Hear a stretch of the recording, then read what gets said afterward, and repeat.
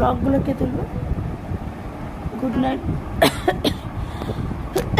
Good night friends, সবাইকে জানাই শুভরাত্রি। আশা করি সবাই খুব ভালো আছেন, আমিও খুব ভালো আছি। অবশ্যই আবার সকালে উঠতে পারবি না, আর কিনে দেবো না, এটা অনেক টাকা দিয়ে কিনে দিয়েছি। আমি লাগানোর চেষ্টা করছি। আর লাগাতে হবে না,